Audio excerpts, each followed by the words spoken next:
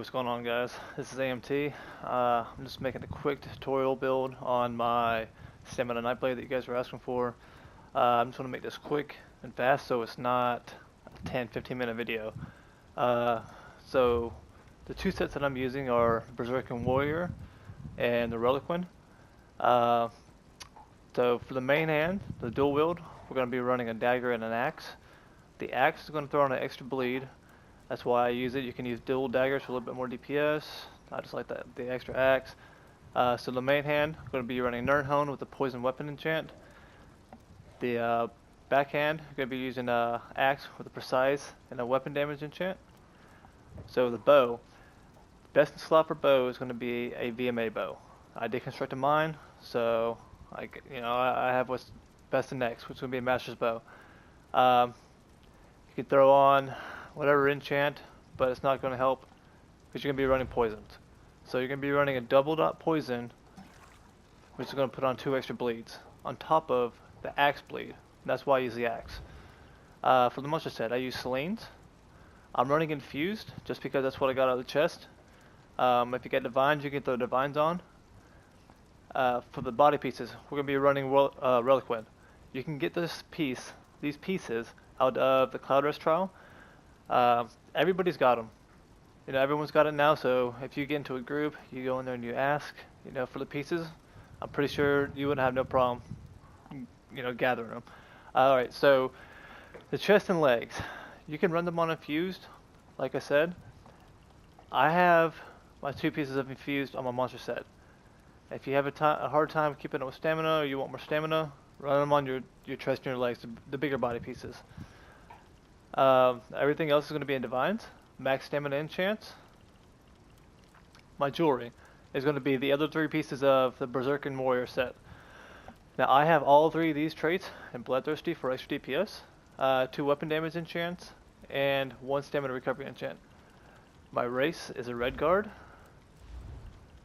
and I've chose that just for the extra stamina and the perks for being a Redguard. My food, I'm just using Dubious Cameron Throne. It's just a simple food. The boon, I'm using the lever. And let's go over here and get into a rotation. Alright. So for the rotation, let's go to the skills.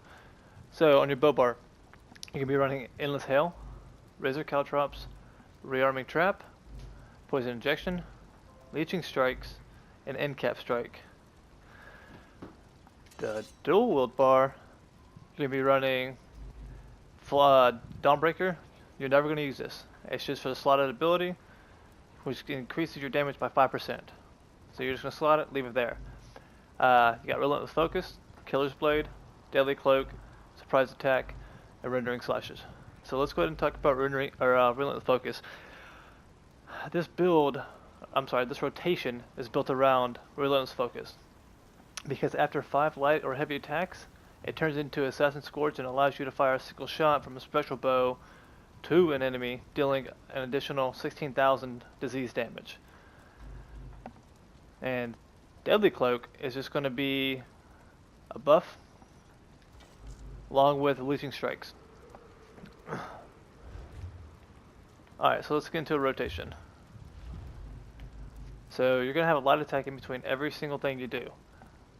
So the first thing you're going to drop down is going to be Endless Hail, light attack, Razor Cal, light attack, Rearming Trap, light attack, Poison Injection, light attack, End Cap Strike.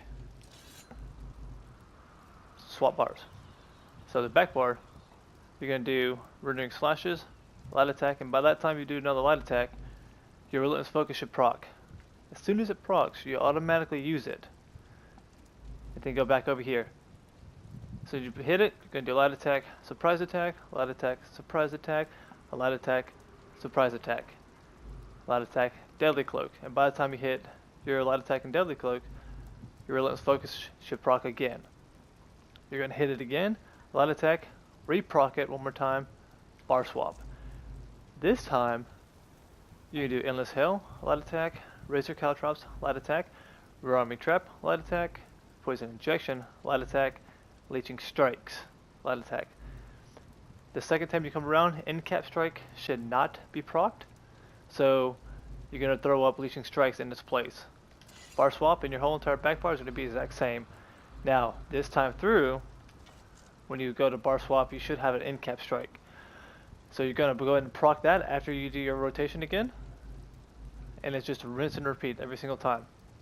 So I'm going to go through this. Oh, actually, now look, if you throw up Deadly Cloak and you get too close to the DPS dummy, the floating razors is going to proc your the start of your DPS. So stay back. You'll see how I do this. You're going to go ahead and buff up Deadly Cloak, Relentless Focus. You're going to do a pot. Then you're going to start off with Leeching Strikes. Then you're going to go into your rotation. I didn't cover this, but let's see. The potions that I am using are weapon damage, essence of weapon power, and this is what the build's going to look like. Rotation. Alright, so like I said, go ahead and buff up. Drink a potion. Endless Hail. And that's how you start it.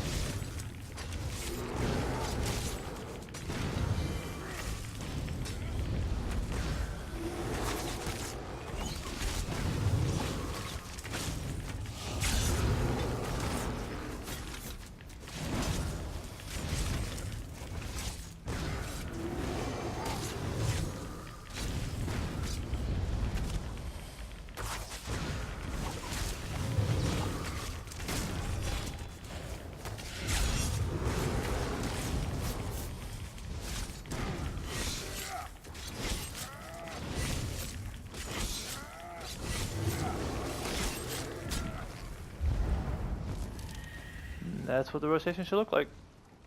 Now, keep in mind, you have to keep an eye on your Relentless Focus. That's going to do a huge amount of damage. Other than that, I'm going to go ahead and cut this build video just to make it quick. If you guys have any questions whatsoever, just go ahead and post them in the comment section. I'll make sure I do a thorough write-out of the rotation so you guys can check it out.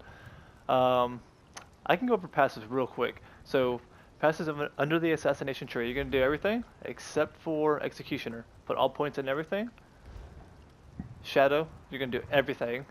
Siphoning, everything. Dual wield, everything. Now the bow, you're going to do everything except hasty. You don't need the speed increase or anything like that. See the medium armor, everything except for improved sneak, so we're not going to be sneaking. You're not going to get any extra damage from it, so leave that out. Fighter's Guild.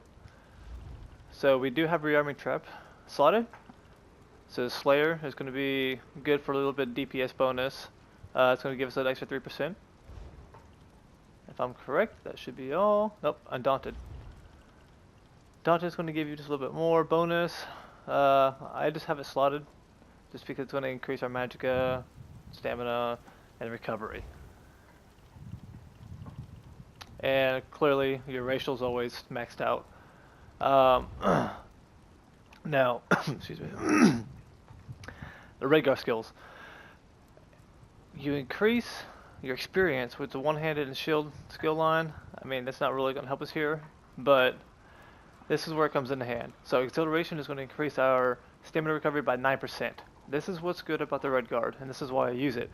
As you can see throughout the video, I did not run out of stamina or come close to running out of stamina the whole entire time, and I only have one stamina recovery enchant.